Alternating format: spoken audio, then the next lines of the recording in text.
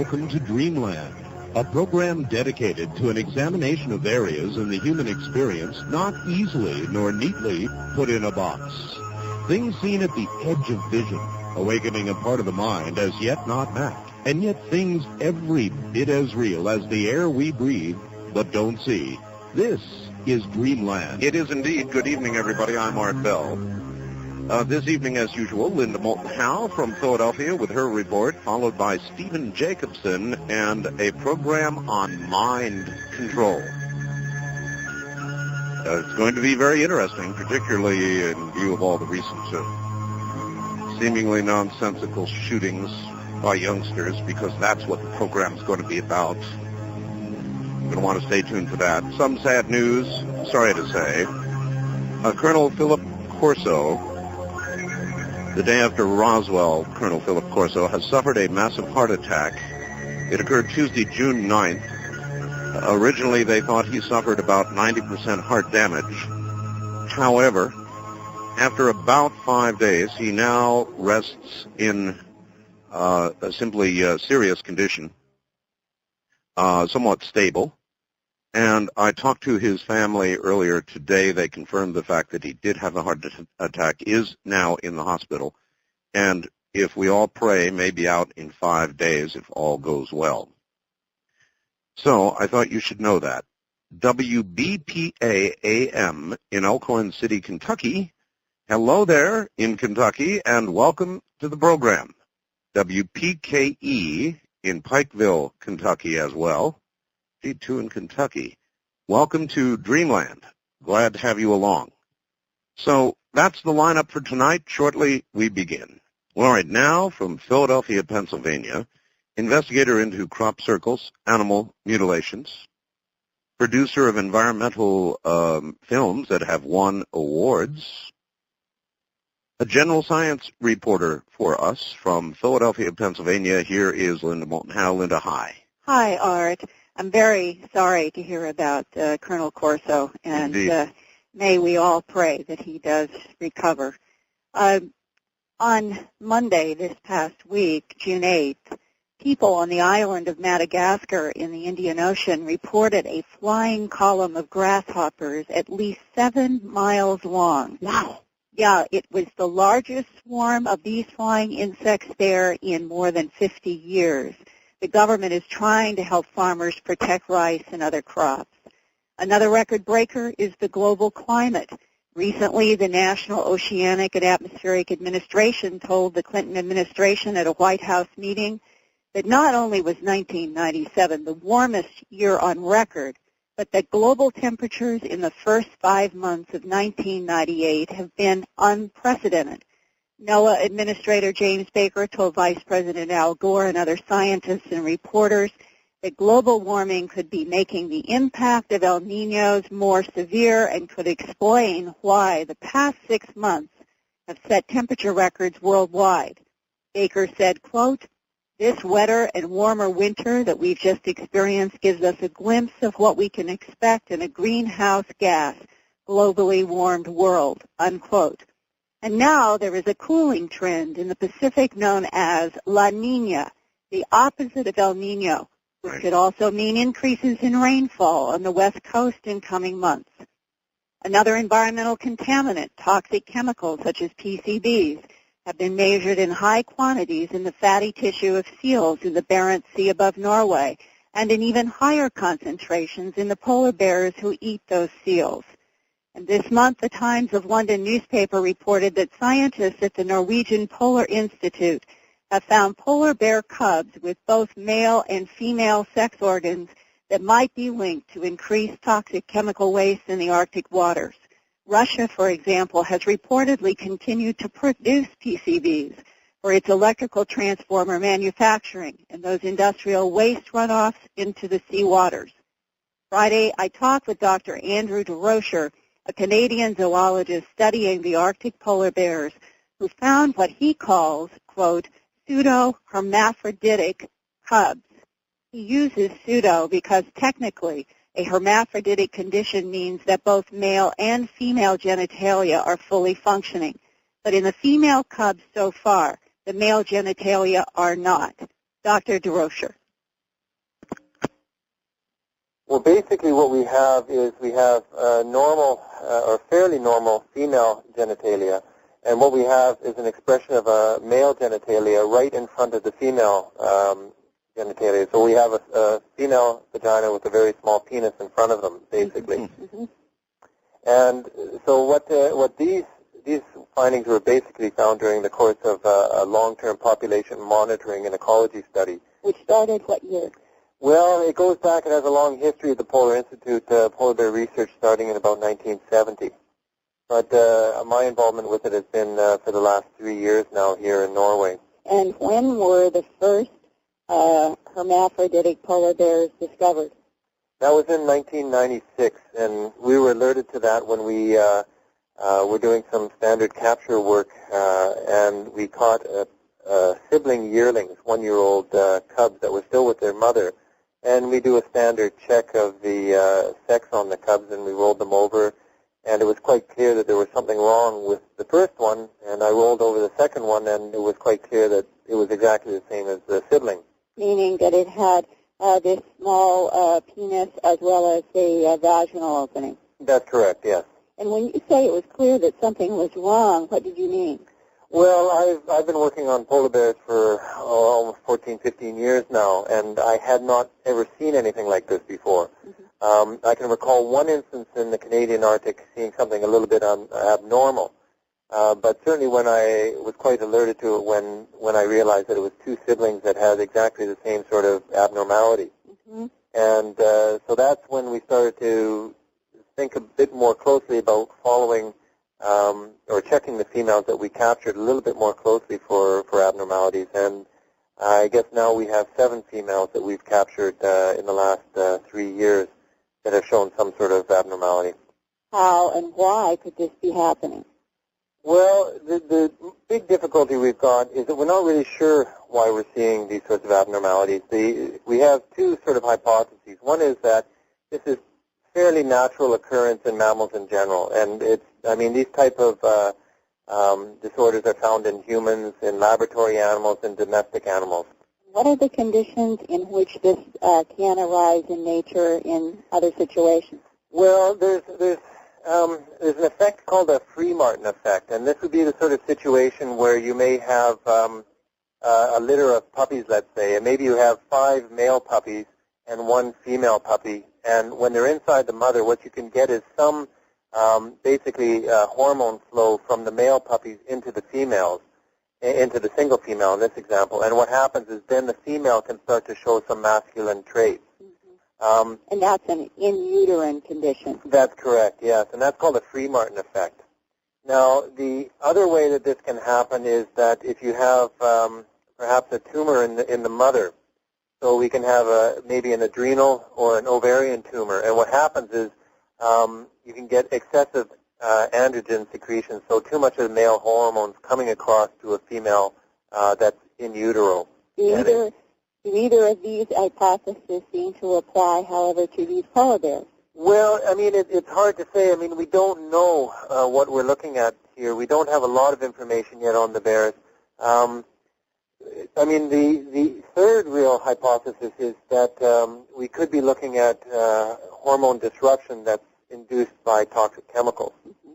And that one has some credence as well as the other two, because we're talking about the polar bears in the Barents Sea, Svalbard area, and these bears have higher levels of PCBs, these polychlorinated biphenyls. They're a toxic chemical.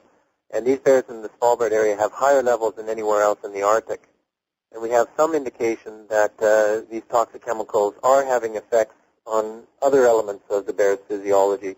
So it's quite possible that it could be affecting the hormones during the development of bears. So that is one of our concerns.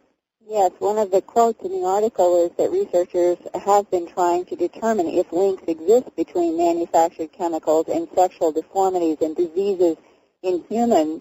Such a link could explain why the sperm counts of men in industrialized countries have fallen in the last 5 decades.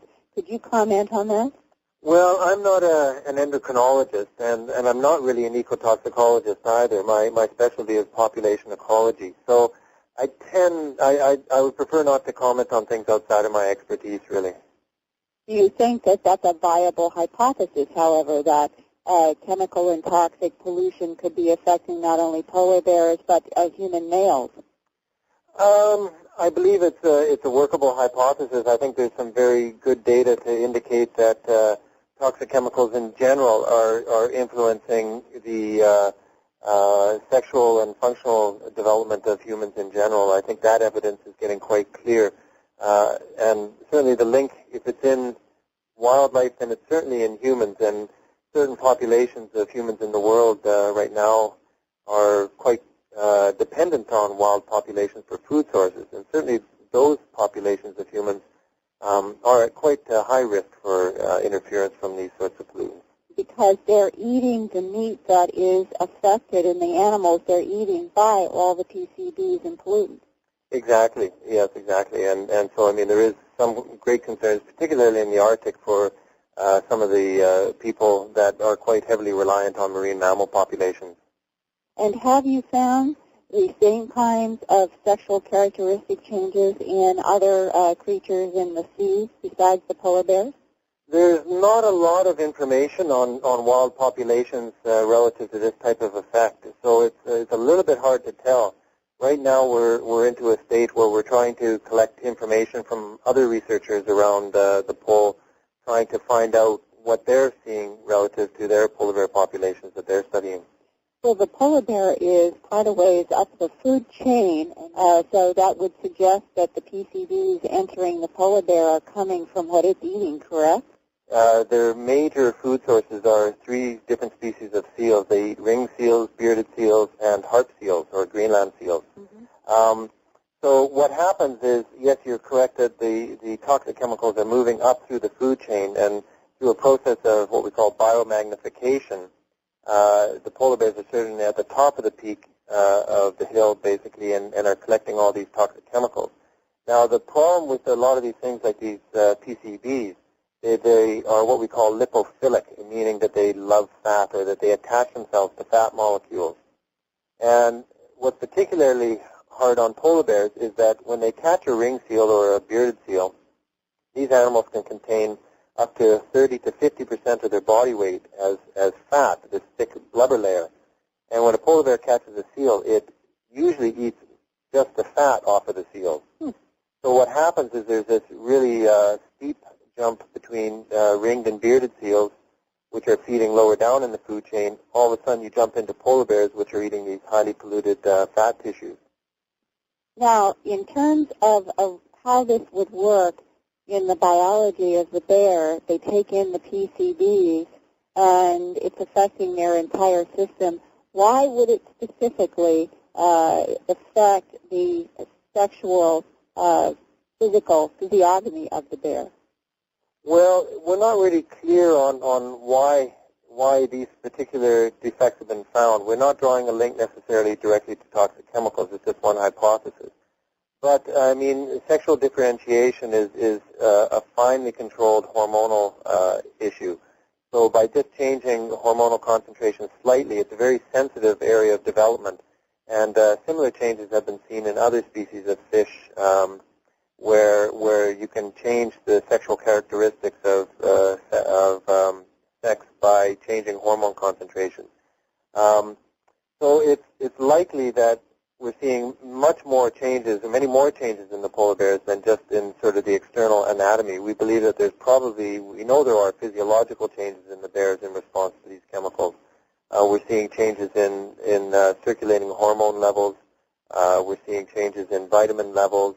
And we also have some pretty strong indications of impaired immune function in some of the polar bears as well. And what is the next step? You're going to keep linking now with other scientists, and what is your outline for the next several months? Well, what we're doing now is actually our major research focus is not actually on these sort of anatomical traits relative to toxic chemicals, but we're entering into more directed studies on the immune system function in polar bears. And here what our particular concern is these sorts of abnormalities. It appears that the females can still reproduce and have young. So that doesn't seem to be a problem as we know it now. So, but what our concern is that perhaps these PCBs are affecting the immune system. So basically, if an animal's immune system is impaired, what can happen is a disease that they would maybe be exposed to normally, they all of a sudden become extremely vulnerable to. So it's a little bit like not being able to fight off the common cold all of a sudden. So these bears may be able to succumb to diseases that they'd normally be able to fight off. And so that's our more immediate concern, is how the immune system of these bears is functioning under this sort of, in this type of environment of toxic chemicals.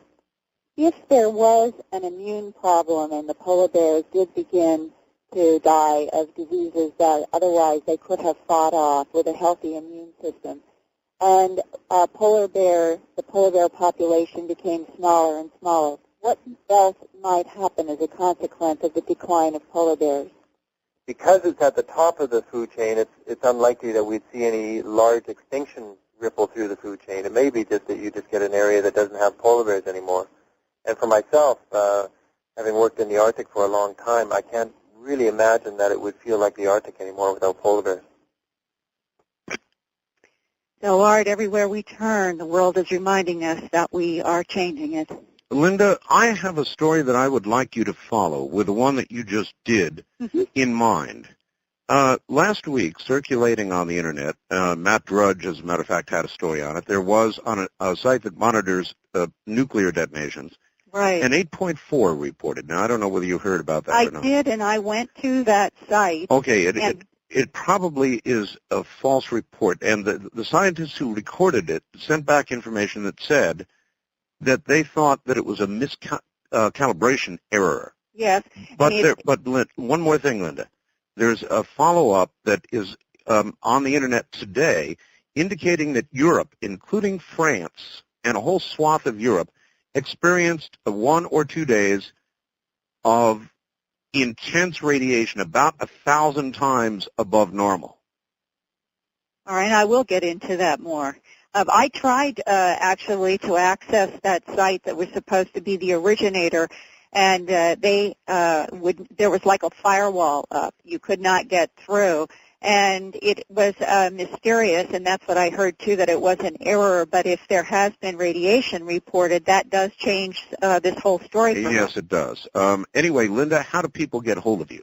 Yeah, please fax me at area code 215-491-9842. That's 215-491-9842 about important environmental issues and stories in your area or unusual phenomena.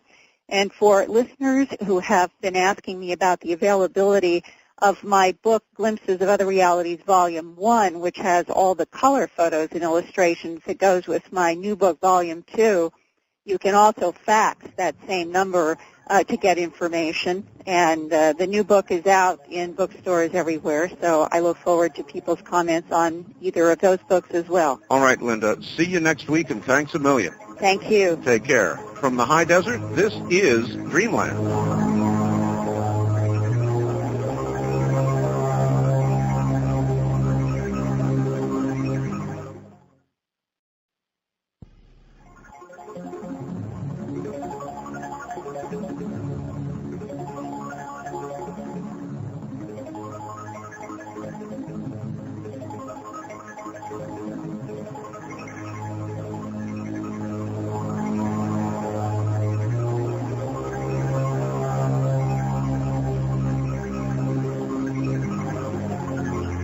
From the Kingdom of Nye, this is Dreamland with Art Bell. It is Dreamland, and in a moment we're going to be talking about something that has a great interest for me. I've talked a lot about it. And tonight my guest is going to be Steve Jacobson. Steve Jacobson is going to be talking about mind control.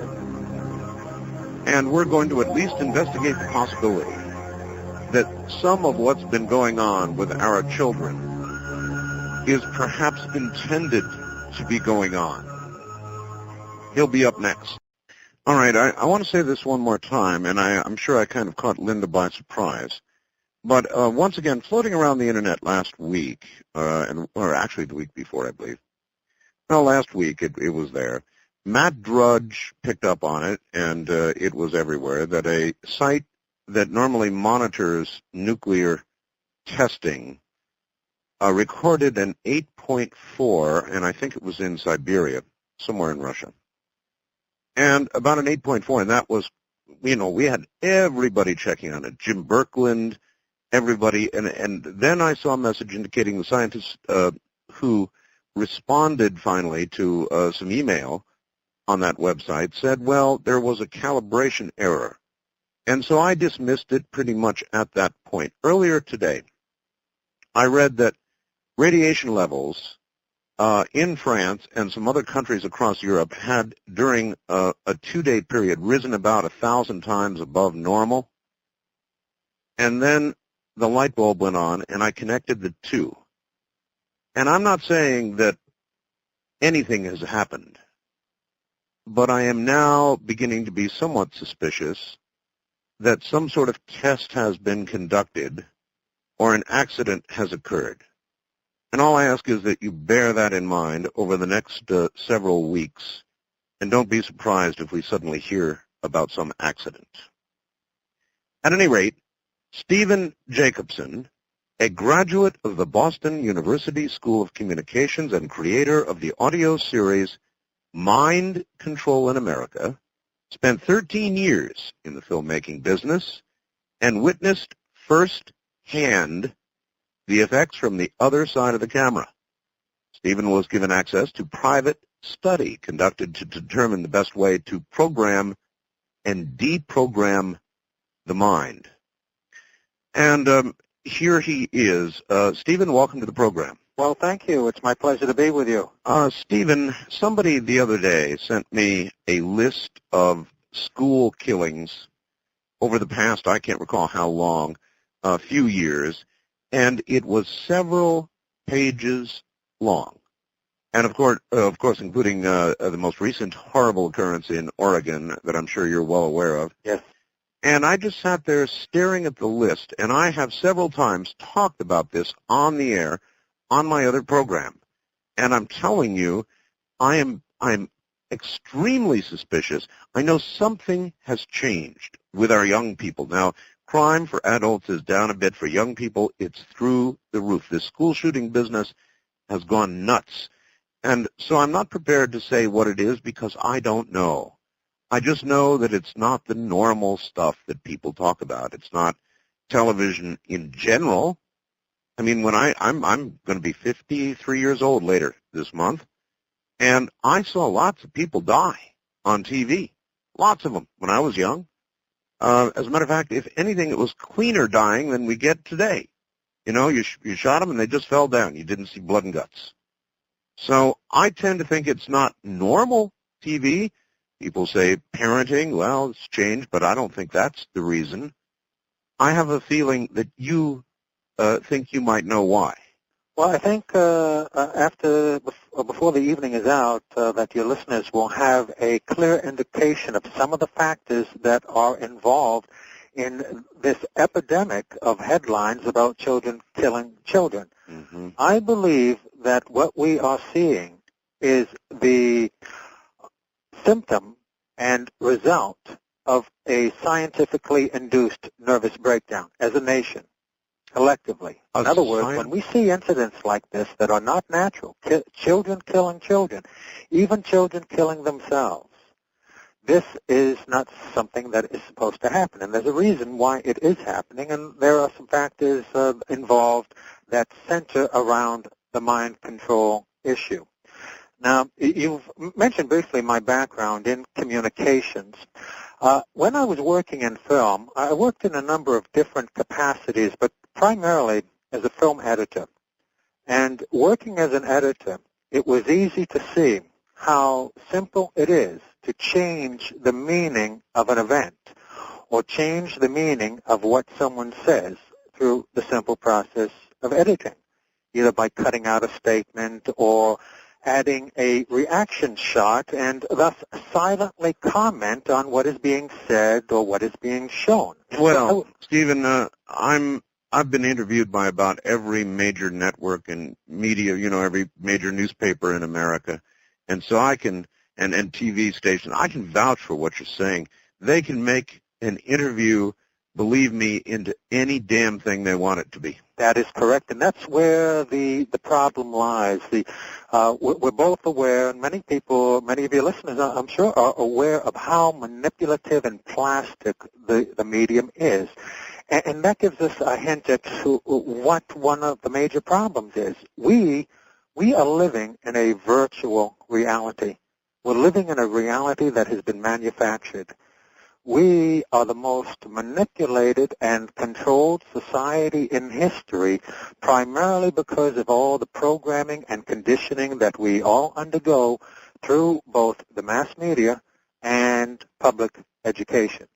Now, many of you are probably familiar with George Orwell's famous book, 1984, Yes. in which he warned that people were in danger of losing their freedom of mind without being aware of it while it was happening, because of psychological, emotional, and intellectual manipulation. In other words, mind control. Now, how I got involved in investigating this whole issue, I think, is a good place to start the discussion. I was working in media, and back in 1980, I was given the results of private research investigating hypnosis. And it was as a result of getting that material, studying it, that I saw the implications of the all-encompassing impact that media has on us, including myself. And I, even though I was working in media, I didn't fully appreciate it until I received this material.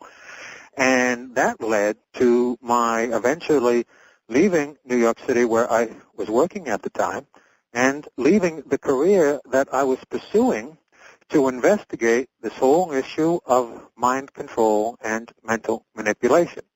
I began first with an investigation of the use of hypnotic techniques in media, and then branched out into a wider investigation to understand the context in which it was being used. And that research, that investigation, led to the production of 2 audio cassettes, the first 2 in a series on the subject. The first one was titled Mind Control in America, which is a summary of the mind control issue. It defines the principles involved, how it works, and we'll get into that in a moment, how it works. It describes the different techniques that are used in the media and gives examples for the listener to hear, so that the listener has a frame of reference from which to recognize these techniques when they observe them being used. Most people are not aware of the things that affect them subconsciously. Generally, people are not looking for those kinds of things unless those things are pointed out to them. They don't know what to look for.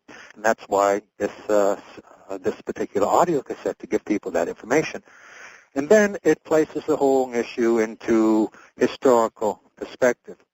The companion tape, also about mind control, deals with it from the aspect of money and economics, how the mind control issue impacts on money and economics. The idea is that psychological warfare and economic warfare work together, and they are both being waged against us, and we are feeling the pressure of it.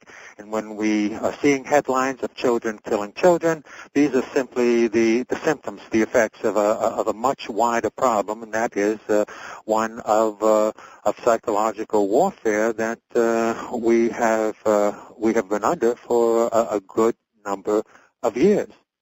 All right, Stephen, let's get specific. Are you suggesting, and we'll get to motivations and all of that later, but are you suggesting that there is an overall a coordinated effort to produce this result, and you said the result was scientifically induced a nervous breakdown? That is exactly what I am suggesting, that these things do not happen by accident, that this is not happening by accident, that there is a design behind it all, and that it is meant to lead us to a particular in a particular direction. Okay, well, it begs a million questions. Sure does. First of all, what the hell are we talking about? Are we talking about subliminal messaging that's occurring? Part of it.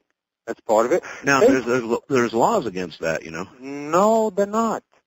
No, there's not? No, they're not. I know that that strikes you perhaps as odd because you were under the assumption that there were laws protecting us from subliminal messages. You're right. I'm under that impression. A lot of people are, and you are only responding to the conditioning the way it has been applied to many people. Many people are supposed to think that there are laws against it. There aren't. In fact, the January issue of the magazine Civilization, which yes. is the official publication of the Library of Congress. Yes. They have a story in there admitting that the use of subliminal messages is an everyday common phenomenon. It's been going on for a long time, and no one is bringing it to the attention of the public. Except now, okay, let's go radio. Where do you want it right fine, now? Let's do it. Let's go back in time a little bit. I remember when I was young, during those times when I was paying attention to what was going on the screen at a drive-in theater, which was only a very small portion of the time, actually, that occasionally one would get a craving for one of their mustard-smothered hot dogs, and that there was subliminal messaging going on back then, right? In order to get you to purchase a product. That is correct. In fact, this whole story broke in the 1950s, around 1956, 57. Yep. And that the famous example is the projecting, flashing of ads in a movie theater. The messages were hungry, eat popcorn, and right. drink Coca-Cola. Right. And as a result, sales increased for both of those items. Right. Oh, absolutely correct. But then it was my understanding there was a specific law passed against that, and you're telling me that's not true? Not true. And in fact, at that same time, there was a big brouhaha over this whole issue. Congress got involved, different state legislatures, because people were upset, and rightly so, because their minds were being tampered with. Correct. Here was research being done and applied, and I refer to Vance Packard's famous book back then in 1957, The Hidden Persuaders, in which he revealed that American industry was researching the technology and of subliminal perception so that they could motivate people to buy their products. Well, the implications of that are very far-reaching because the ultimate control over people is to control them without their conscious awareness. Of course. And here is subliminal technology being used and messages being used to do exactly that, and people got upset, and that's why there were laws, legislation considered by Congress, considered by several state legislatures, but as things died down, nothing happened. All right, let me ask you, let me stop you again and ask you a specific question. Are there laws concerning the broadcast, and when I say broadcast, I mean public airwaves, the broadcast of subliminal messaging by or regulation by the Federal Communication Commission? There's nothing. Nothing? There's nothing protecting Nothing? it. And even if there were, it would be well near impossible to police because by its very nature, a subliminal message, we are not supposed to be able to consciously see or hear a subliminal message. And unless it's on film, you can physically examine a piece of film. But on videotape, you got a problem. You're going to have to go through it frame for frame, and it's going to be very time-consuming to try to locate all of the... Well, you're really blowing my mind. I was absolutely certain about this law or at least regulation business, and you're saying there's nothing. No, there's nothing. Wow. So, and like anything else, the public's attention is directed towards something else, and then something else becomes a priority. And in the case of a law protecting us from subliminal messages, it was replaced by some other concern at the time. All right. What do we know, as a next question, about how effective subliminal messaging is? Okay, let me ask you this. You ever buy something and later on wonder, why did you buy it?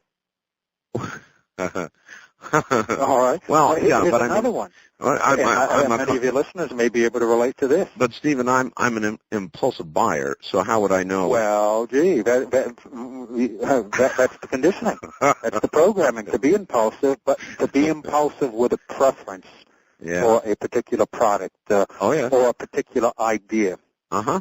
Now, in the case of ideas, this carries over into other areas, not just products, selling products. Well, Stephen, I have absolute preferences about the products I buy. There's no question about it, but I would like to think they're my own. Well, yes, wouldn't we all? The very idea that our thoughts may not be our own is a very unsettling idea that most people would not even want to contemplate at all.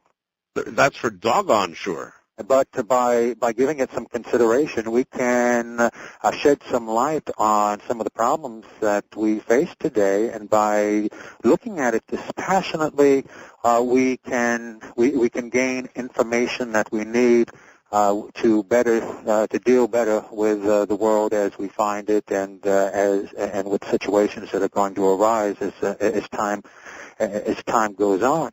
But this idea of having a preference for a product, or even sometimes if you have ever said something or done something and then later on wondered, well, why did I say that? Why did I do that? Oh, yes. All these things are very likely the result of a conditioned response being built up in us. Now, the goal for any propagandist or any advertiser is to build into us, into our minds, a conditioned response that that is favorable to their particular message. How this is done, the first order of business is to create the circumstances that are going to induce a favorable state of mind for the message. Now, that state of mind is the hypnotic state of mind. Well, how do you induce that? Real easy. In the course of either a commercial or a program. Real easy. Using television as the example. Television, think about it. Whenever you have observed young children sitting in front of a TV set, yes, or even older adults, yes, they have this glassy-eyed, vacant look in their eyes. Transfixed, yes. Okay? Uh-huh. And that is because they are in a trance state. Television. It doesn't matter what you're watching. It's the nature of the medium. Television induces a hypnotic trance in the viewer. It doesn't matter what you're watching. This is a physiological response to television. The medium. This is a physiological response, period. You're not suggesting that the content itself is endeavoring to specifically put you in a that's later. That's later, because there are techniques that do that, and I will get to that. Okay, well, I'll give you that. I mean, you sit in front of TV and you are absorbed. That's right. You're fixated and in a trance state. And now, this state of mind, the hypnotic state of mind, is a very natural state. We go in and out of this throughout the day. Okay. The quickest and simplest way to define it would be as a twilight state of mind. Just like when we are drifting off to sleep at night or just waking in the morning, there is no conscious mental activity going on. The mind is a blank slate. All right, but Stephen, here's where I want you to delineate something for me. I more or less get in the same state when I sit down and read an engrossing book. Yes. Describe the difference to me. There's no difference, because all hypnosis is focused attention. Right. You're focusing the attention of one of the five senses. In the case of media or reading, you're using the sense of sight or sense of hearing as well when you're talking about television. So the whole point, even a hypnotist, the whole point is using language and his voice as a mechanism to create triggers of sound, to get his subject to lock on to the sound and the sing-song pattern of his voice, so that the mind goes into this trance state, this blank state where there is no conscious mental activity going on. All right. We are at the top of the hour, so you've got several minutes to relax. Go ahead and relax, and I will certainly accept what you have said. That sitting in front of a television or reading or doing any concentrated work will cause you to go into a kind of a trance state and a very receptive state in general terms. And we'll pick up on it when we get back. I'm Art Bell. This is Dreamland.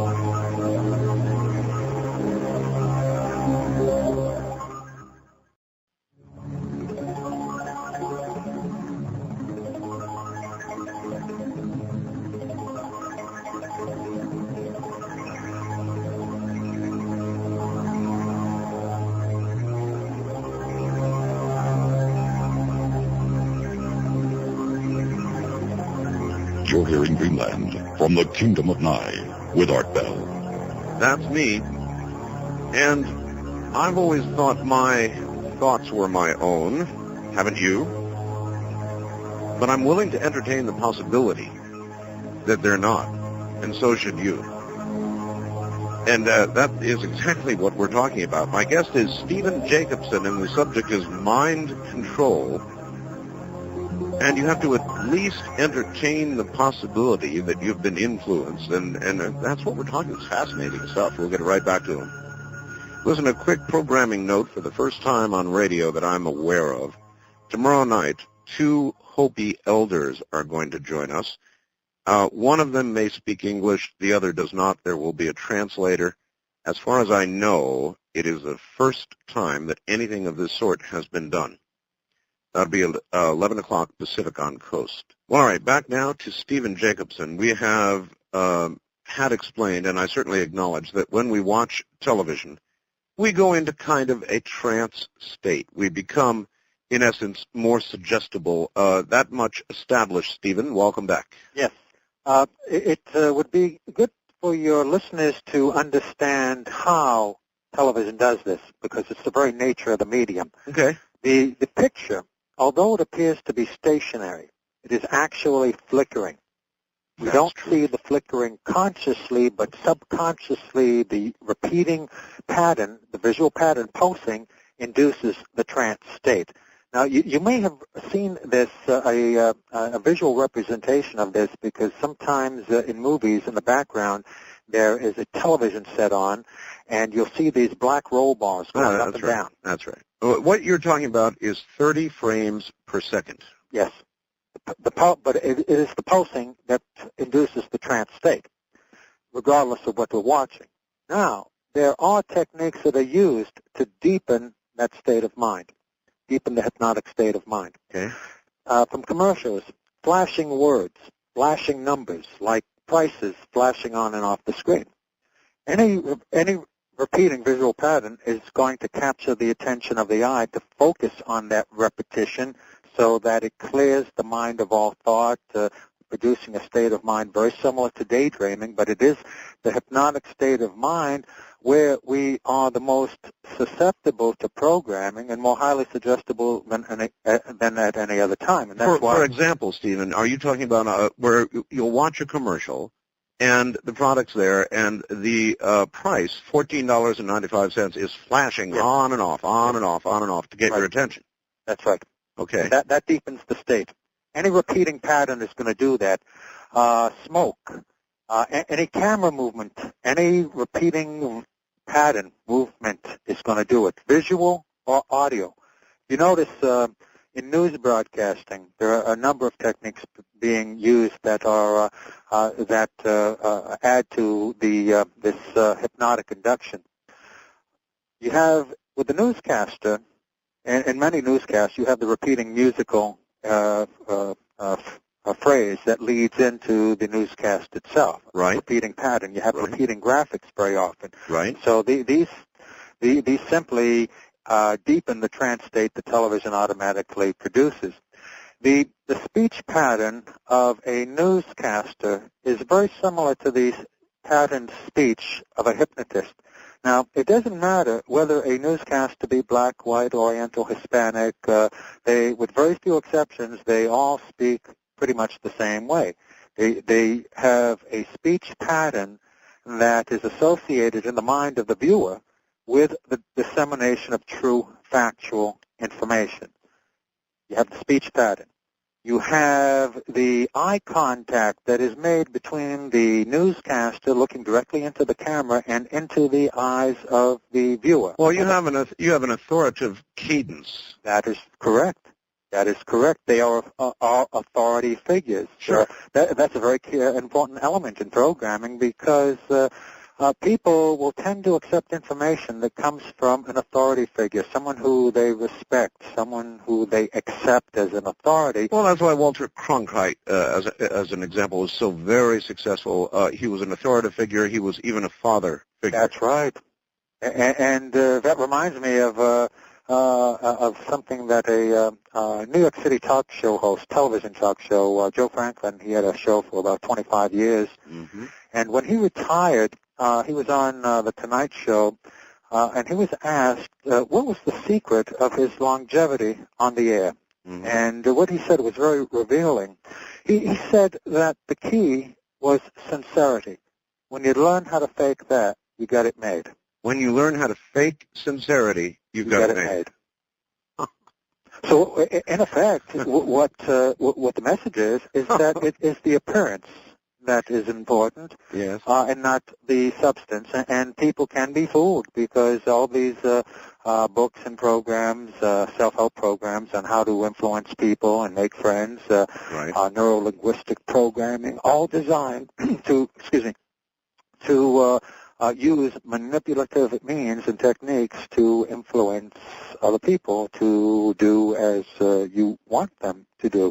Any good orator, any good politician, any good minister. All right, but so far, you've described good programming to me. In other words, any television station that does not want a believable, authoritative anchor is out of its mind because that's what you want for the news. In other words, what I'm saying is, so far, I don't see anything deep and dark and evil at work here. Well, we become very vulnerable and susceptible to misinformation as a result of the techniques that induce the state of mind that would allow us to accept something that may not necessarily be true. Okay, in other words, if you sit down and you watch Tom Brokaw every night and you really trust Tom Brokaw, and 99% of the time what he has to say is accurate, and he should happen to slip something in that is either not accurate or designed to be manipulative,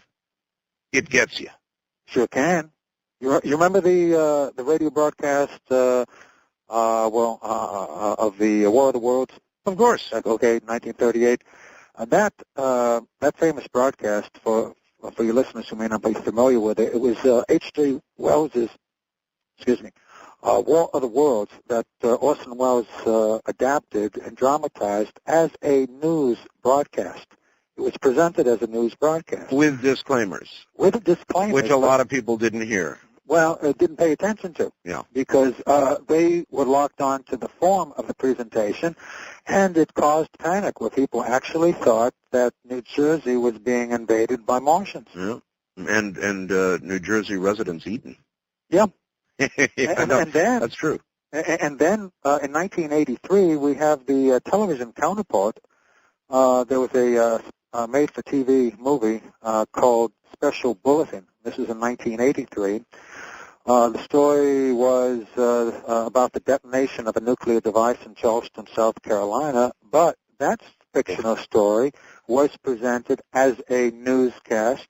And as a result, because of how it was presented, a lot of people thought it was real, and they started calling the stations that were broadcasting it, carrying it, wanting to know if this was actually something that was happening. No question about it. If you wanted to accomplish the same thing today, you would start it off with breaking news. That's right.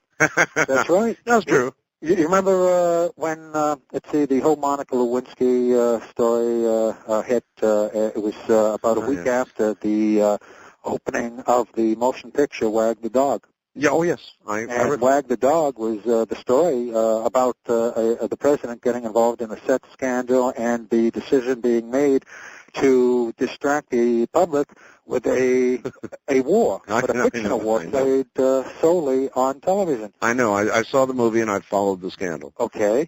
the parallels between what was actually happening in that movie are somewhat uncanny because of the amount of time that it takes to prepare a film and before it goes into distribution. That get a question: is it coincidence? Well, yeah. Why should we not imagine it's coincidence?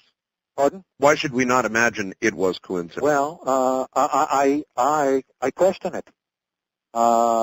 It could be, but then again, it may not have been, because shortly thereafter, while all this was being given a lot of coverage in the press, and we thought that we might be going to war again with Iraq. That's right. On February 20th, which was a Friday, at 1 p.m., Dan Rather broadcast a practice run, a simulation of a news broadcast about the bombing of Baghdad.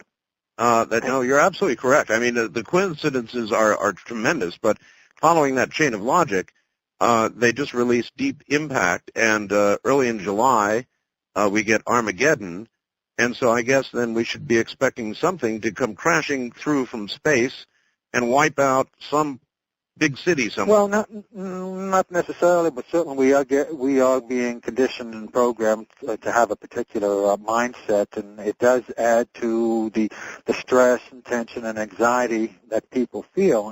And inducing stress, anxiety, and tension in the population is a strategy of psychological warfare. It's as if the squeeze has been put on us, and we pressure upon pressure is heaped on people's shoulders, where people don't have time to do much else other than to work hard to try to make a living, to try to make a living that came more easily 15, 20 years ago. People having to work harder today to make ends meet, and in many households, both spouses have to work just to make one paycheck. Okay. That set of circumstances, I contend, has been brought into existence intentionally to put the squeeze on us, because we are being distracted. All of our energy is being used up, and we don't have the time to smell the roses and look around ourselves and to contemplate or to spend time considering what is actually going on around us. When we're all uptight, we're not seeing things as clearly as if we were at peace and calm. Well, all right. May I ask you a question? Sure. The type of movie or the type of television program that you're talking about is one that the American people want. In other words, the ratings of any given show and or its financial success as a motion picture generally determine what the content of movies 6 months from now or a year will be. I'm saying it's driven by what the public is telling the industry by its dollar that it wants to see. Well, the public can be conditioned to want certain things by the mere repetition of whatever is being presented. This was learned back in the days of radio, where a song could be made popular by virtue of repetition. Of the repetition. No question about it. Playing. No question about it. I do it with bumper music all the time. Right. It's the hook. What happened back in December of not too long ago, of 97, the example of the television cartoon in Japan that sent 700 people, mostly children, to the hospital. That's right. In that instance, in the cartoon, at a particular point, the stroboscopic flashes of light emanating from the eyes of one of the cartoon characters induced epileptic-like seizures in some of the children who were watching the program. That's correct. And other children experience nausea, dizziness, fainting spells, and the like. Yes. Point being that it is an extreme example, but should serve as a wake-up call for parents in particular, and all of us, illustrating how television literally plugs into our nervous system. All right. Now, having said all that, you at the beginning of the program made a very provocative statement. You said that it is a scientifically induced nervous breakdown that they're trying to achieve. Now, first of all, who is they? Well, they are the powers that be. They are the government. It's the money is the engine that moves society. Agreed. And whether or not we have an honest monetary system or a dishonest system, that is going to determine the direction of all of society's institutions. Now, presently, we are enslaved by a dishonest system. There are only two economic systems. You're either going to have a system of just weights and measures, using a substance as a medium of exchange, a barter system where a barter system is simply exchanging one thing of value for something else of value. Right. And for thousands of years, civilization settled upon gold and silver as being the standard money. That's right. The other economic system is a credit system. Correct. And credit is simply an idea. It's not tangible. It doesn't exist. And that's where the problem lies in that system. It's all based on faith, really. It's all based on faith, and it's based, and because of that, it is susceptible to widespread control and manipulation. All right, then here's just a square-on question for you, Stephen.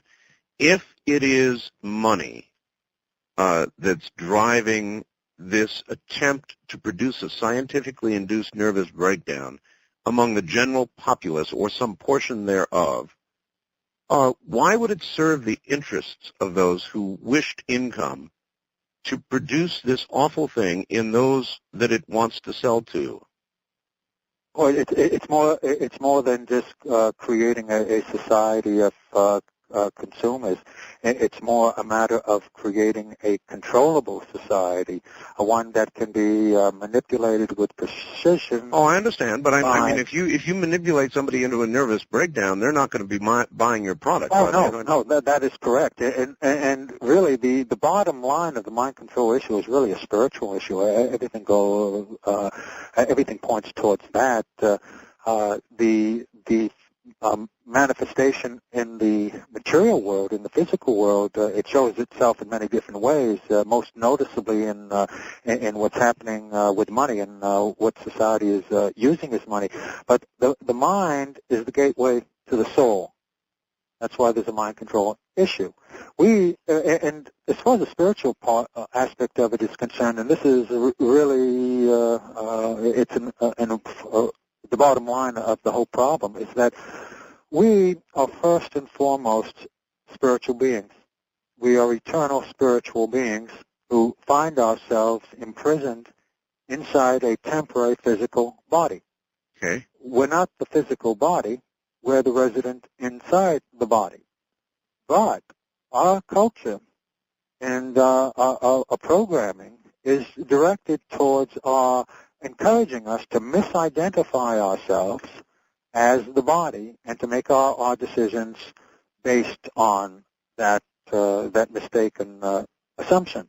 So that instead of people spending time to inquire why they are here, and what are we, what is the relationship to one another, what is the purpose of life, what objective is to be served here, instead of spending time on that, people are spending the time spinning their wheels trying to make a living. Okay, if I understand you correctly, you're saying that we are being intentionally programmed away from any consideration of our spiritual selves. Most definitely. All right, hold it right there. We're at the bottom of the hour. Stephen Jacobson is my guest, and he'll be right back, as will I, from the high desert in an area near Dreamland. This is Dreamland.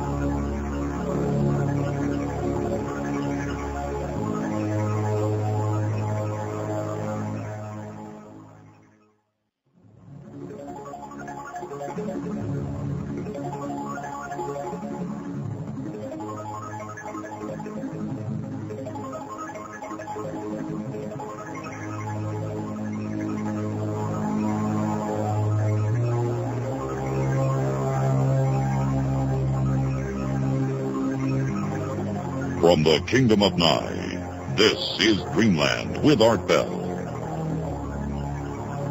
It is, and my guest is Stephen Jacobson. We're talking about mind control. It's really a fascinating topic, and we're going to get back to him in just a moment. Stephen Jacobson is my guest. Mind control is the subject, and I'd like to possibly clarify something, Stephen. I've got a fax here suggesting that I may have been right about the FCC. It says the FCC authority to regulate subliminal messages is covered by Sections 303 and 317 of the Communications Act. Additionally, Sections 73.1212 of the FCC regulations also address covert advertisements. Now, I don't know that to be the case. That's simply a faxer who said it, but I thought it had been the case regarding the broadcasting of these things. Now, another fax, equally interesting, seems to suggest you could be correct. It says, regarding your guest who believes the media is somehow coordinated in its moral destruction of American society, the evidence does seem to bear him out. But if it is true, does he believe a spiritual force could be the organizer and the media editors and scriptwriters are the unconscious dupes? Most Americans, including yourself, meaning me, believe the spiritual exists. In the Old Testament, the power of God was manifest in controlling the minds of certain individuals, and in some cases, as in the Hebrew Exodus, entire nations. I'm referring to the mind of the Pharaoh and his subjects. Now get this. In recent history, when the Egyptians virtually had the 6-day war won with their surprise tank invasion of tiny Israel, for some reason, inexplicably and suddenly, the tank commanders were seized with terror and retreated. They could not explain why they did that, and subsequently many or most were executed. So, your comments on either one or both? That is what that reminds me of is the broadcasting of subliminal messages during the Gulf War that caused Iraqis to surrender en masse. That example comes to mind from what you just had triggered that little piece of information. I don't know if that could be an element there, but certainly it is. The bottom line problem is a spiritual problem, which is designed to keep us from understanding who we are and to prevent us, to thwart us from achieving the objective of our being here, and that is to fulfill the spiritual objective of life, which is to disentangle ourselves from our material consciousness and material conception of life. Everyone is trying to play God in one way or another, to be the master of what they survey, be the master of their world, and that's certainly a problem that we have with the prevailing ruling class that seeks to govern us and manipulate us through controlling the information that we have access to, and by manipulating our mental states. All right. Well, this first or second faxer said, are the media editors and scriptwriters unconscious dupes of others in what they're doing? I would say yes. I would say yes, and then I would also say that there are those who do understand what they are doing. It's like in any organization, you have your hierarchy where people know things on a need-to-know basis, so that those who are doing particular tasks don't necessarily know how their job fits into the big picture. Now, one of the problems that we have with the communications industry, and this applies both to information and entertainment, is the consolidation of ownership of the different media, where you have press, publishing, radio, TV, and movies, the ownership being concentrated in fewer and fewer hands. Absolutely going on like crazy right now. That is, not only in telecommunications, but in every other area of human endeavor. There is a consolidation going on, and this is extremely dangerous because it allows for the coordination of propaganda, where back in 1983 there was a study done in a book written titled Media Monopoly by Ben Bedikian, who was, if I recall correctly, he was national editor for the Washington Post and dean of the Graduate School of Journalism at the University of California. When the first edition came out in 1983, he reported that there were 50 major corporations that were controlling most of America's media. And in subsequent updates of that particular book, the numbers went down to 29, to 27, and currently it's about 10 multinational corporations that are controlling not only the information that we have access to, but also the entertainment choices that are made available to us. Now, entertainment is not just entertainment. It is not harmless. It carries ideological content and messages about how society works, about what's right and wrong. And a lot of people, particularly young people, accept unquestioningly the reality that is presented to them by television.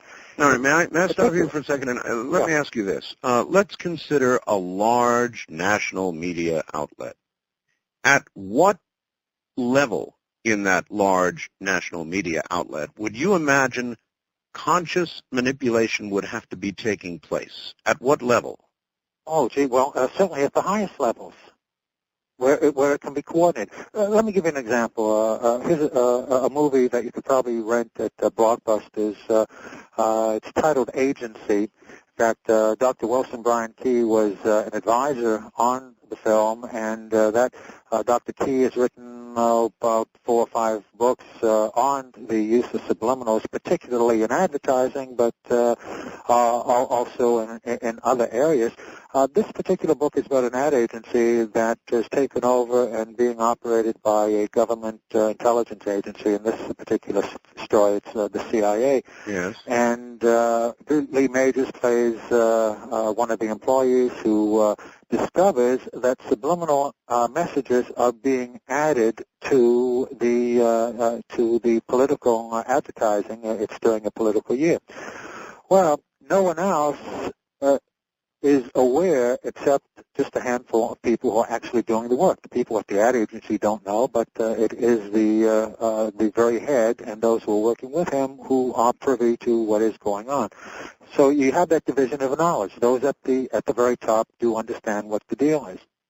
So it could be done without the knowledge, for example, I don't know, in a TV show of the actors, or sure. In the case of a radio program like mine, without my knowledge? Sure. Even in the case of, say, music and the use of backward masking and or use of hidden messages, those things can be added without a performing artist being aware of it.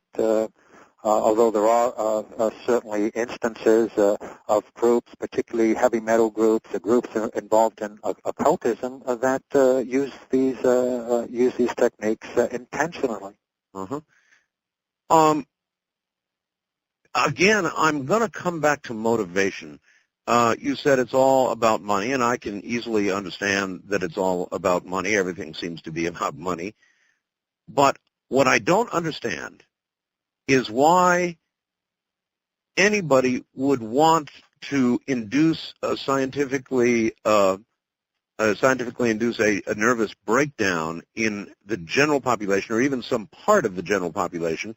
How would that serve anybody's interest? Well, this softening up process that we're going through as a nation would facilitate our becoming part of a world government. It would be meant to facilitate that, so that in the case of some of the drastic changes that have occurred in American education, they're designed to create a collective mentality and promote collectivism, socialism amongst by using the young as really guinea pigs for the program. What an insidious thought. Again, how do you prove? How do you prove, Stephen? Let's say that all you're saying is correct. How would you endeavor to begin to prove it? Oh, that's why the audio cassettes, because I'm not in the business of producing tape after tape. The goal of the project was to produce high-quality educational materials that would give people the information they needed to understand the overall picture. So these first 2 audio cassettes are the results of more than 10 years' work. They're very tightly scripted and go in a step-by-step fashion to lead the listener through this maze and multifaceted world of mind control. And we will absolutely give them a chance to get these audio tapes. But here, give me the 101 here. I mean, give me some sense of how you would prove, a short answer if there is one, that this really is going on. Oh, gee, there is so much documentation available. I've built up a library of literally hundreds and hundreds of books dealing with different aspects of the problem. Here's part of the problem, and it illustrates a primary means by which we are manipulated and controlled, and it's really very basic and very simple, and that is control of information. If we don't have all the information we need on any given subject, then our judgment and decision-making is going to reflect any errors or any omission in our fund of information. Absolutely. Now, it illustrates a big problem that we have, and that is we don't have the information we need. There are big holes in our fund of information that prevent us from seeing that big picture. Some pieces to the puzzle are missing intentionally. There is information that is simply not available through established media outlets, and that one has to seek it out. And when I got involved in this investigation initially, when I got the research materials, there were several books included there that dealt with the quote-unquote conspiracy theory of history. And I went through the bibliography of both of those and began to gather information on different topics simply to see what was out there. The goal is to understand, is to increase understanding, and to be relatively certain that the information is accurate and truthful, and the whole goal is to understand with accuracy.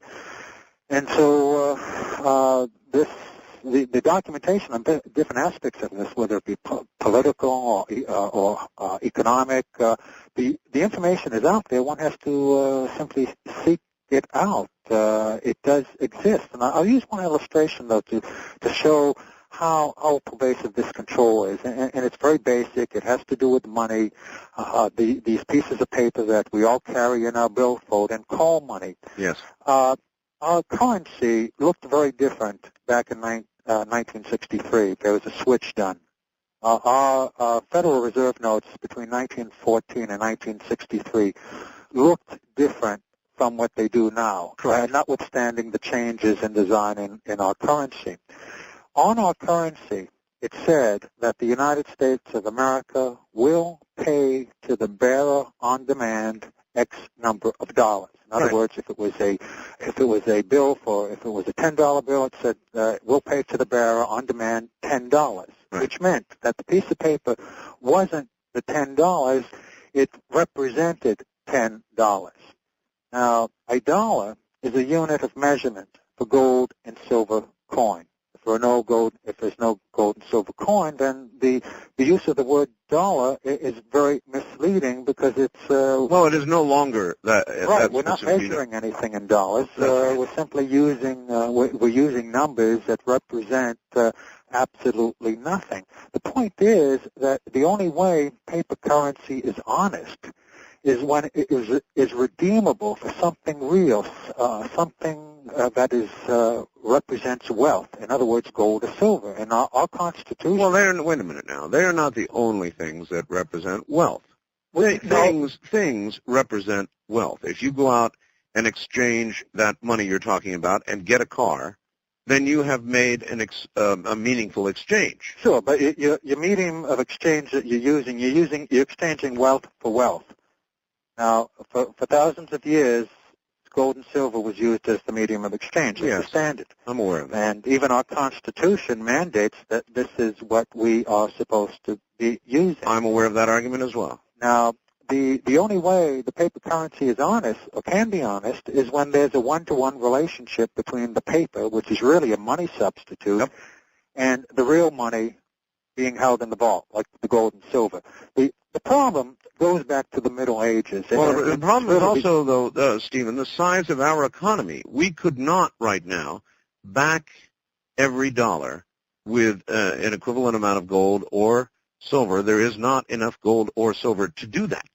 Well, I've heard that argument too, and the reason why the numbers are so ridiculous is that it wasn't held down to manageable numbers because it's not tied to anything of substance. When we went off the standard of using metal as our standard money, and the paper simply being a money substitute representing the metal.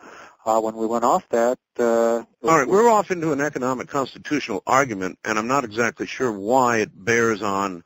Well, it's part of the mind control issue, because unless you get an honest money system, then money is being used as a weapon to destroy society. It's being used to give direction to all of society's institutions, and since we see everything crumbling around us, it is as a result of how money influence is being applied. Okay, but there's also free will, and I tell you there is free will because a lot of people are able to go out and not indulge credit card companies, not indulge long mortgages.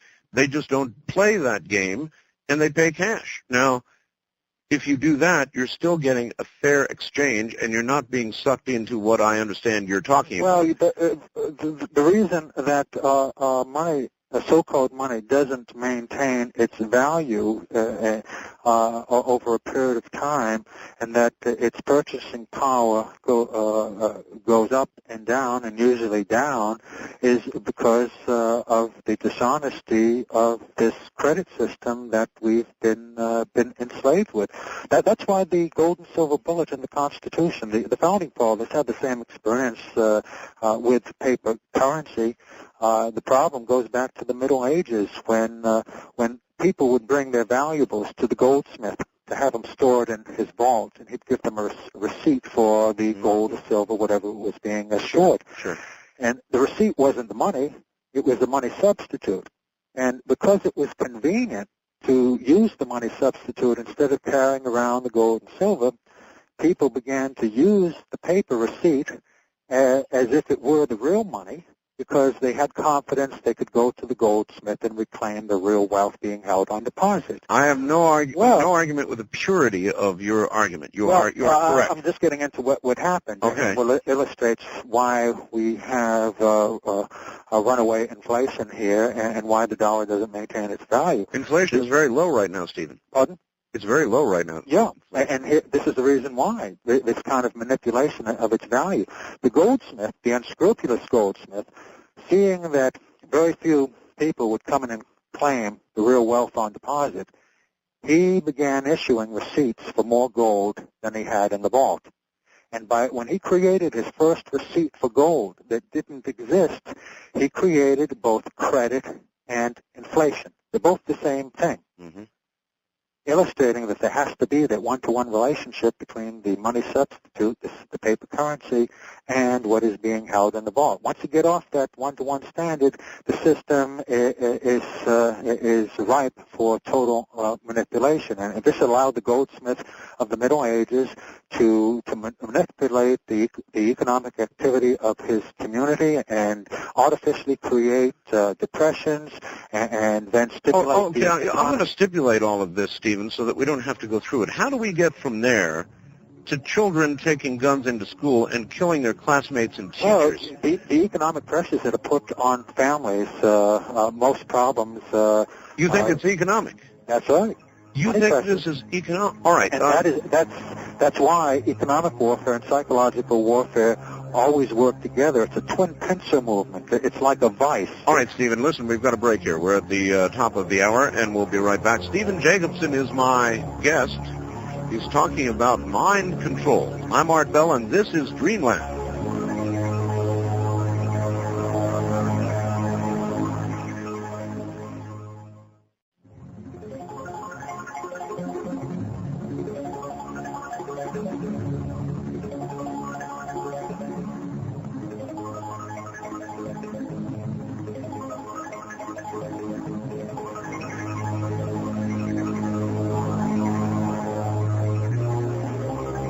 To talk with Art Bell on Dreamland from the Kingdom of Nye, East of the Rockies, dial 1-800-825-5033. West of the Rockies, 1-800-618-8255, including Montana, Wyoming, Colorado, and New Mexico. First-time callers may reach Art at area code 702-727-1222, or call Art on the wildcard line at area code 702-727-1295. Now again, here's Art Bell. Once again, here I am. Good evening, everybody. Stephen Jacobson is my guest, and he'll be back in a moment. This might interest you. From Reuters, Switzerland's Radioactivity Surveillance Office said on Friday it detected radiation levels more than 1,000 times above the normal at the beginning of June, but they had since returned to normal. The accident, I repeat, the accident is believed to have been caused when a machine containing the radioactive material cesium-137 was accidentally melted down in a furnace along with other scrap metal. The president of Greenpeace Spain on Sunday lashed out at both the company and the watchdog, saying the incident was, quote, a huge botch job, end quote. We don't yet know the size of the problem, but whatever the dose of radiation, it affects the environment, he said. We've asked the Nuclear Security Council for more details and more transparency in its operations, end quote, she said. I shouldn't be laughing about this, but it really is hard to know what to believe, isn't it? All right, back now to my guest, Stephen Jacobson, and we are going to take calls shortly. Stephen, welcome back. Yes, my pleasure. Again, I'm going to ask again, if you hear of a 12-year-old that walks into a classroom, kills the teacher, kills the students, I'm not quite certain how you say that's economic. Well, I'm not. I'm saying economics is a factor in placing pressure on people where there will be problems at home. A lot of family problems center around money. No question about it. And so that a dishonest economic system designed to place pressure on people is simply over a period of time, heaping pressure on people. They do have the breaking point. Now, in the case of children, yes, you have this factor of the influence that media has on them. There is a direct connection between the graphic depiction of violence in media and what happens out here in the street. Now, many motion pictures have precipitated violence over the years, going all the way back to D.W. Griffith and The Birth of a Nation, that caused riots in different cities where it played, up to the 1970s, the different gang-related movies that also caused violence. That's correct. Okay. Now, but in spite of all that, and then we have the deer hunter example, where the press reported that about 28 people imitated the Russian roulette scene in that movie and committed suicide. And then John Hinckley and his reference to the movie Taxi Driver, giving him the idea to assassinate President Reagan. In spite of those examples, one example alone indicates that there's a problem, and that is that the military, and in particular a doctor at NATO, has used film to desensitize men who were not inclined to go into a battlefield situation, to desensitize them so that they could do their job as soldiers. Now, they were shown films of people being killed violently and being maimed. Now, if the military uses film in that way to obtain that kind of result, it's not such a great stretch to consider the impact that graphic violence has on young people in particular who grow up with a steady diet of violence, from the cartoon violence that shows no consequences for violence and it's played as slapstick, to movies like the Home Alone series. We have a youngster doing things that in real life would cause serious injury or even death and being played for laughs. Well, children look at television in a different way than adults do, and they think things are real. until they get a little older. And even then, a lot of people will accept what they are seeing, and it gives them messages about how society works, and very often violence is presented as an acceptable means of problem solving. Stephen, let me stop you and ask you to clear something up for me. Yes. As I told you at the beginning of the show, I'm soon going to be 53 years old. When I was young, we had lots and lots of violence. Cowboys and Indians kind of violence. Mm-hmm. We had the Three Stooges kind of violence. Yes. We had cartoon violence.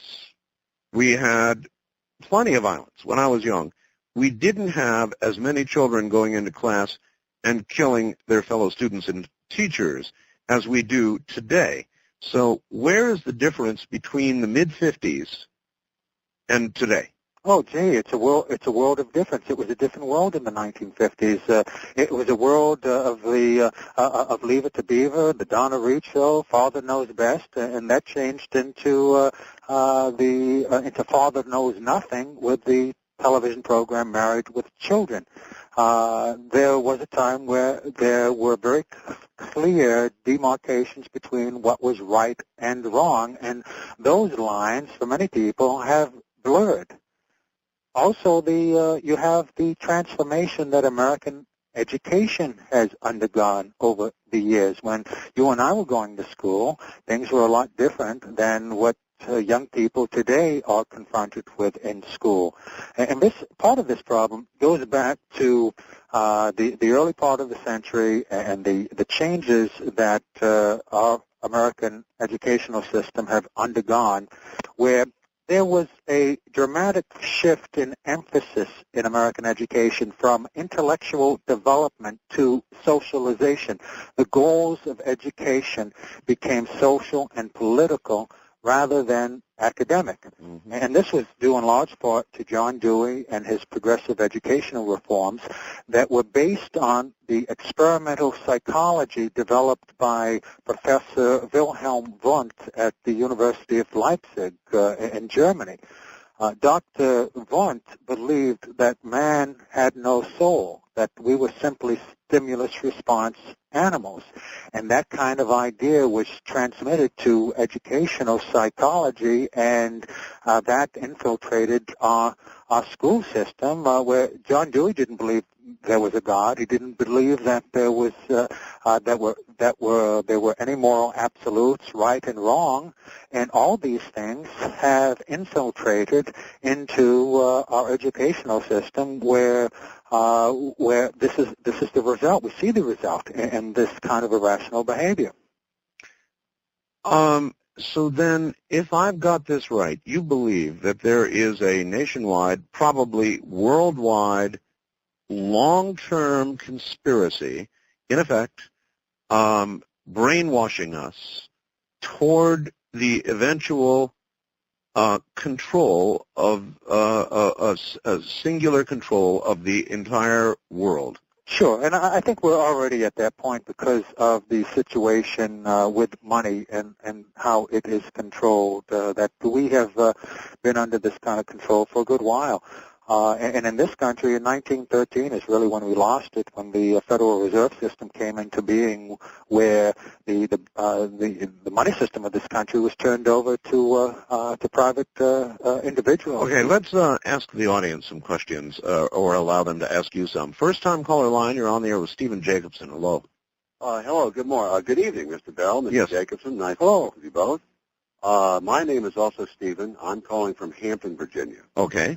I am a retired broadcaster. I've been out of the business now about 4 years. I work for the private sector now. All right. You mean you were in the? I was a radio announcer. Okay. Okay. All right. All right. I have to take some issue with some of the points that Mr. Jacobson is bringing up tonight. I don't feel he's giving listeners and viewers credit for their intelligence by assuming that they are so easily mind-controlled. Now, granted, surely the media wants to get ratings. They're in the business of attracting viewers and listeners. That's but right. Yes.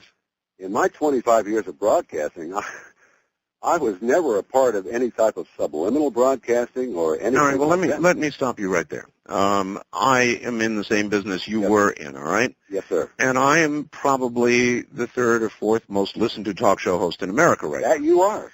Okay, that's why I asked Stephen earlier, at what level of a large broadcast, multinational corporation even, would there be awareness? And he said only at the very top.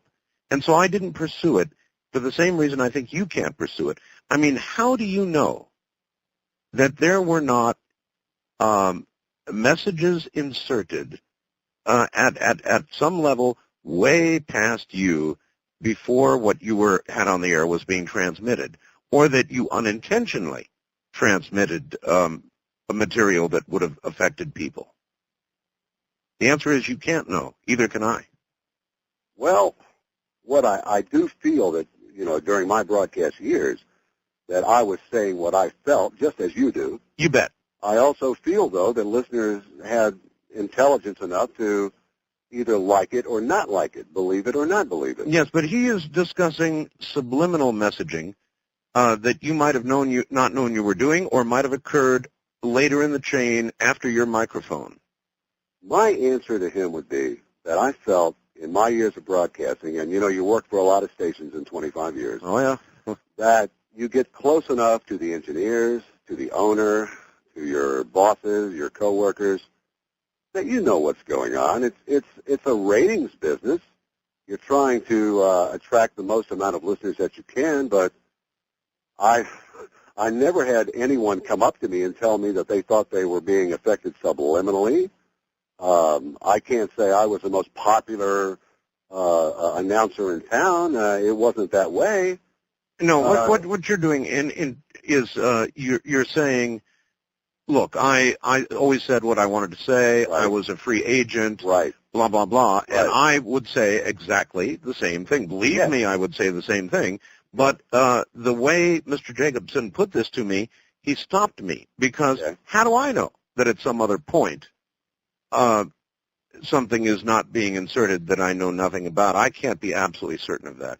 Well, if he's suggesting that possibly the FCC was involved in this, I would say absolutely not. They have so dropped all restrictions on what radio stations can do. They don't really care anymore. Well, they're in the business of license. Look, that would strengthen, not weaken his argument. You're right. They've deregulated like crazy. They've barely got the staff to watch over things. That would strengthen his argument, I'm sorry to say. Well, I'm not saying it's so. I'm saying I'm willing to consider it. I appreciate your call, sir. That's all right. Thank you. You want to respond at all, Stephen? Well, we're seeing things from a different perspective. Even when I was working in media, I wasn't asked to do things intentionally that were misleading.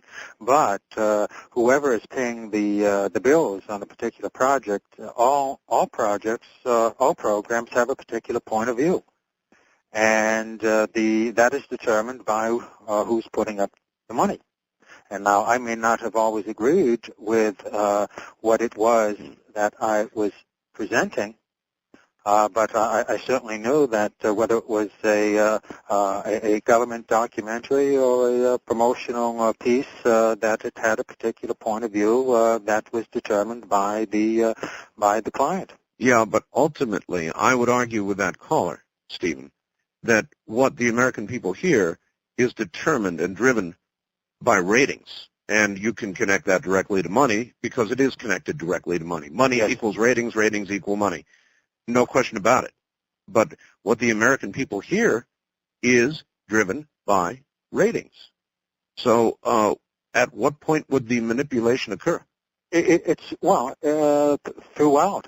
I've illustrated some of the components. The mechanism is to get us in a particular state of mind where information can be implanted and then repeated over a period of time to elicit a conditioned response. The whole point of propaganda, whether it's by an advertiser or a political propagandist, is to build in that conditioned response so that when we are presented with that piece of information, we respond automatically without thinking about it. Now, unless we unless we are aware of the mechanism, we are not aware that we are being manipulated. People have a tendency to believe things that are consistent with what they already believe. There's a term for it, cognitive dissonance. What doesn't fit into what we already believe, we have a tendency to involuntarily and automatically reject. So that if someone has an inclination not to consider that there could be a conspiracy in operation because they had not heard of it, then any information that tended to go in the direction that there is a conspiracy, they simply wouldn't give it credence and would not. I am certainly open-minded enough to imagine that there could be such a conspiracy. Period. Your early points with regard to the hypnotic state or the trance state induced when you're watching TV, reading, listening to the radio, whatever, given. I'll give it to you. And TV is stronger than radio with regard to its ability to put you deeper in that state. No question not about just it. Television, popular music does this as well. Yep. And that's a particular importance regarding young people in this country because music, Plato and Aristotle believed that people could be controlled by music. And our bodies literally can be played as if they were musical instruments. Different frequency tones affect different parts of the body, and we feel these vibrations.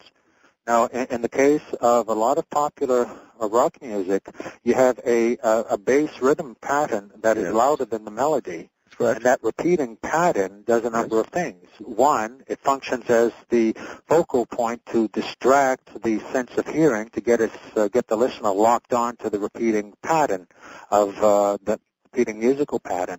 But there's another effect of using low-frequency bass tones that when the volume is up high, it affects the secretion of hormones that affect male and female sexual responses so that the music will feel good.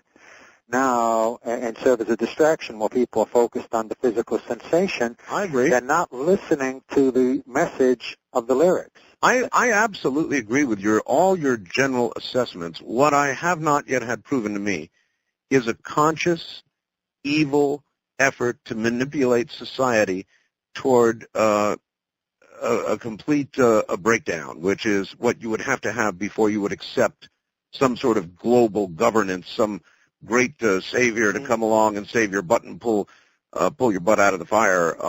You follow me? I accept all your premises, but you haven't yet, for me, made the connection to the specific dark conspiracy to do what you think is underway. Well, I think perhaps then you need to hear these audio cassettes because one, it's different than a conversation. It's very tightly scripted, leading from the beginning to its conclusion to show how all these things fit together. All right. When we come back, we'll tell everybody how to get those audio cassettes, and we'll take some more calls.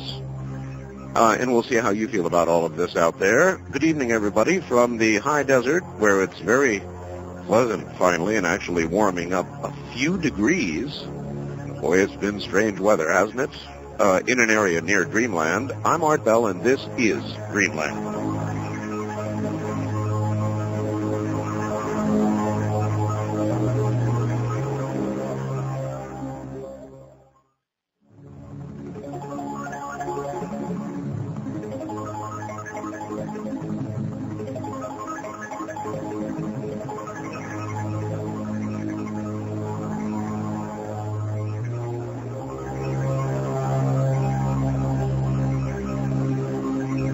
To talk with Art Bell on Dreamland from the Kingdom of Nye.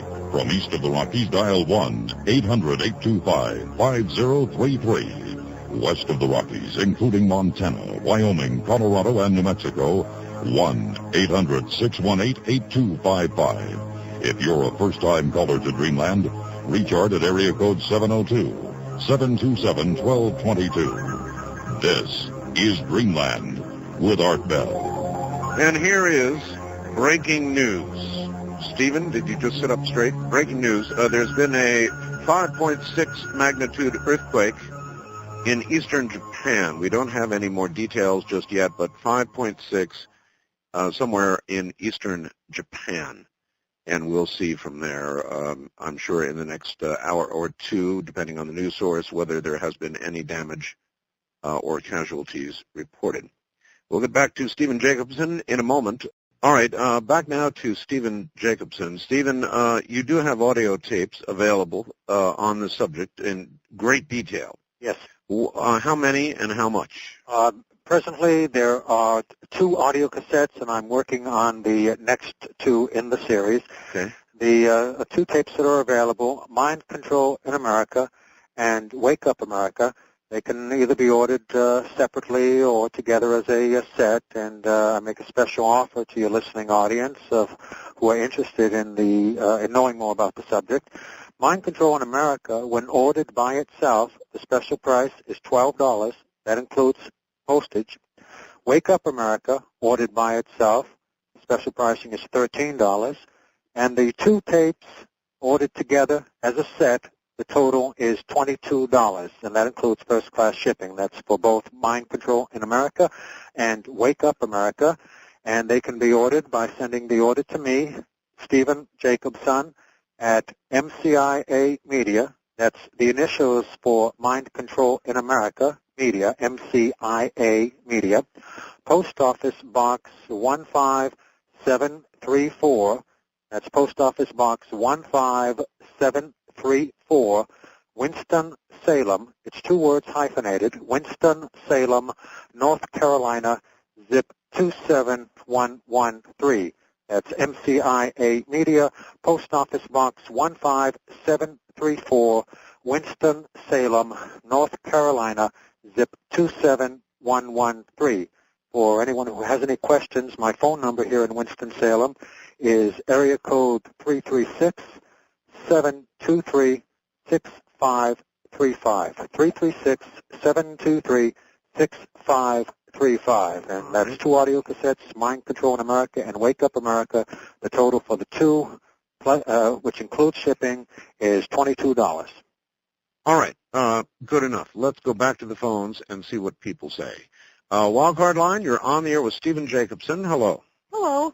I have a very strange incident that happened in my neck of the woods last week at an elementary school where 18 kids were rushed to the hospital after ingesting diet pills and Moulton, and they were influenced by one child who took them from his mother, apparently.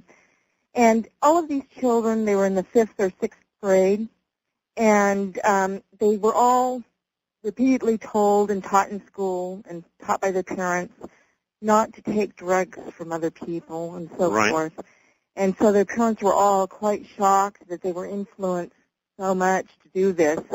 And what I wanted to know was, it would be interesting to do like a case study on this other than just a criminal investigation, but to find out what these kids had done prior, for instance, common music that they listened to, you know, what their activities were that led up to this. And I was wondering, is there a investigative company or investigative firm that deals with investigating these incidents? I don't know. It's a good question. Stephen? Gee, that is a good question. I think that there is an organization, and let me see if I can get the Citizens Commission on Human Rights in Los Angeles. They, I believe, do investigate incidents like this. And in fact, in some of their information, they point out the use of psychoactive drugs that are prescribed for young people, Ritalin in particular, and also Prozac. In this most recent shooting, I believe that and absolutely in general use in America right now. Yeah. No question about it. All right, here's a fact which says the guest tonight, very interesting, especially in light of the fact that he is discussing the exact same subject, which is creating so much furor with the new movie, The Truman Show. Now, I haven't seen The Truman Show. I want to. I have no idea what it's about. Do you know offhand whether it relates to what you are discussing tonight? It probably does. I haven't seen it either. And but from what I gather, it does have to do with this reality that we are living in that has been created by the media, and that we're not living in the real world. That's part of our problem. Okay. East of the Rockies, you're on the air with Stephen Jacobson. Hello. Hello, Art. Hello, Stephen. Hi. Pleasure to talk to you. This is John in Minneapolis. Hi, John. I wanted to comment on something here, and that is the effect of heavy metals and such as zinc and cadmium. And studies that they've done that have shown that people that are a large percentage of people incarcerated have high levels of cadmium. Is that true? I mean, it's something that I've heard. All right. It's a fair question. Chemical similarities or commonalities with regard to criminal activity. Anything on that, Stephen? Well, one of the ways of manipulating people in their thinking is by influencing mental states. So that covers a wide range. We touched on one aspect of it, and that is the use of hypnotic techniques in media and how television, because of its very nature, it manipulates one's mental state. Also, food additives, chemicals, and drugs can do the same thing. As far as there being any common denominator of something that is in the water, so to speak, I don't know. Certainly, there has been a lot written about fluoride and how it has negative effects on us and even impacts how we process information. All these things are related. Everything is related. So there is no single specific thing that you point to in this conspiracy, but rather it is a cumulative effect. That is correct. A lot of things working together.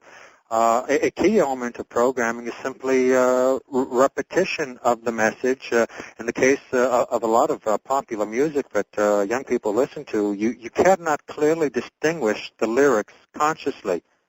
And that poses some special problems, because if you cannot understand the words clearly, you cannot make the conscious free will choice to accept or reject the message. Well, if you're not understanding it, you must be suggesting that though your conscious mind is not understanding it, your subconscious is receiving the message loud and clear. The point. It's that information is getting lodged in the subconscious, and we're not adding our file information. We're not coding it with whether or not we accept or reject it. Someone else is coding it, and that means it can be triggered, activated at a later time. Yeah, I don't reject that concept at all. West of the Rockies, you're on the air with Stephen Jacobson. Hello. Good evening, gentlemen. Good evening. Where are you? I'm John from Reno, Nevada. Okay, John. First of all, happy birthday to you, Art, coming up on Wednesday. Coming up, thanks. And Mr. Jacobson. There is a curious effect I started noticing about 5 years ago on most of the major networks. And for lack of a better term, I call it the digital shift. And most of my friends and relatives didn't notice it until I pointed it out to them. And the best way to describe it is that I work on an older computer, and a lot of times I run some of the newer software. It has to slow down in order to accommodate all the data that's coming through on the screen. And you get this sort of like time delay shift. Well, on a lot of the networks, most of the major ones that have popular shows on, and I won't go through the process and name all of them, but every once in a while during the programs, especially on some of the hotter series, they'll have this segment where there's a shift where the character will freeze for a second on the screen, and it sort of stretches out for a brief second, and then all of a sudden resumes its normal pace. Mm-hmm. And the only thing I can figure out what's going on there is that there's an information overload coming down over the signal. I was just wondering if I could get a comment on that from you. Well, interesting. I think that there are a number of techniques that contribute to some problems that many people have, young people in particular. The use of cutting patterns, quick cutting, and quickly changing camera angles, and use of these shifts, as you were describing, they program a short attention span. So that because television literally plugs into our nervous system, young children, when they are away from television, get fidgety and have difficulties focusing their attention. In fact, the attention deficit disorder is closely connected to this because of the effect that this quick cutting has on young people. There is an alternative explanation for what he was talking about as well. If I understood correctly, he was talking about digital transmission. Now, in the world of digital transmission, when you miss a bit or two, even with error correction, this is kind of computer-type stuff, but it's a digital transmission. When you miss a bit or two, it freezes. It's the nature of the type of digital transmission they're making, and you'll see a character freeze for a second. That means you missed a bit, and then it'll resume. So there is a technical explanation for that that doesn't necessarily involve mind control. On the first-time caller line, you're on the air with Stephen Jacobson. Hello. Hello. Yes. Am I on? Yes, you are. Where are you? In Chehalis, Washington. Okay. I have two questions, very important. One, shocking in the body. Does he know anything about how the government shocking people in the bodies? Shocking people? Yeah. Electric shocks? Electric shocks, yes. How would the government be shocking people, ma'am? The Greys are putting these things in the people's bodies. Oh, you mean implants? Yeah. All right. She's talking about the phenomenon of implants, and I take it that's out of your field. Well, it's not an area that I really delve into. The mind control issue covers a wide spectrum. The use of implants have been investigated by different governments and intelligence agencies that have been involved in the research of technology to impact on consciousness. But as far as the connection with the UFO phenomenon, that's not within the scope of what I'm currently involved in. Well, the one thing that I don't doubt is that any government, including our government, would be interested in control of the masses that it pretends to serve. Now, I don't doubt that for a second, and how you get to it in specifics, I don't know. And so anyway, back to the phones. Wildcard line, you're on the air with Stephen Jacobson. Hi. Yeah, hello, Art Bell and Mr. Jacobson. Yes. My name's Lena. I'm calling from Canada, and I have a question regarding receiving another person's thoughts. I've experienced this some time ago, and I found a way to focus elsewhere and carry on with my life. And I had a young person approach me and request to answer as to how would your guest, Stephen Jacobson, explain this to a young person to control this reception of other people's thoughts and or block them so as to not let it be a distraction or an interference with one's daily existence? All right, Stephen. Interesting question, because we all in varying capacities pick up information intuitively when we are dealing with people. The same neural pathways that are activated when we're speaking are activated when we are thinking. So that thinking is literally subvocal thought. And for this reason, it can be monitored electronically and also interfered with electronically. As far as how do you protect yourself, it's a twofold protection. One is with information about the principles involved in programming, but because the real problem is one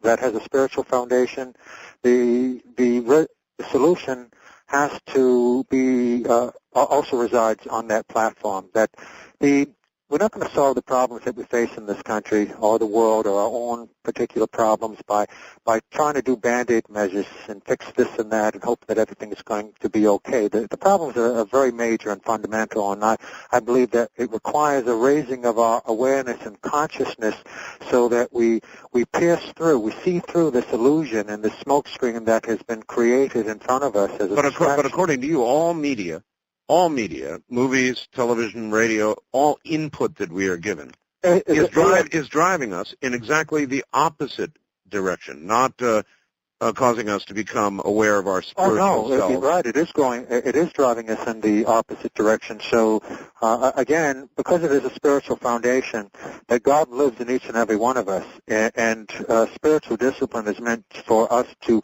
make connection with God within so that we gain access to guidance and direction that is specific and particular to us as individuals. Well, a ruling class that seeks to play God and wishes to have us do their bidding, they don't want us to fulfill that objective. Where we are listening to that still small voice inside, they want us to get locked into the conditioned responses that they spend so much time and money building within us, so that we get lost in our own thinking, and because we think in terms of patterns, habit patterns. I understand exactly what you're saying. So this radio show is not long enough for us to properly explore so that people will understand what you're saying.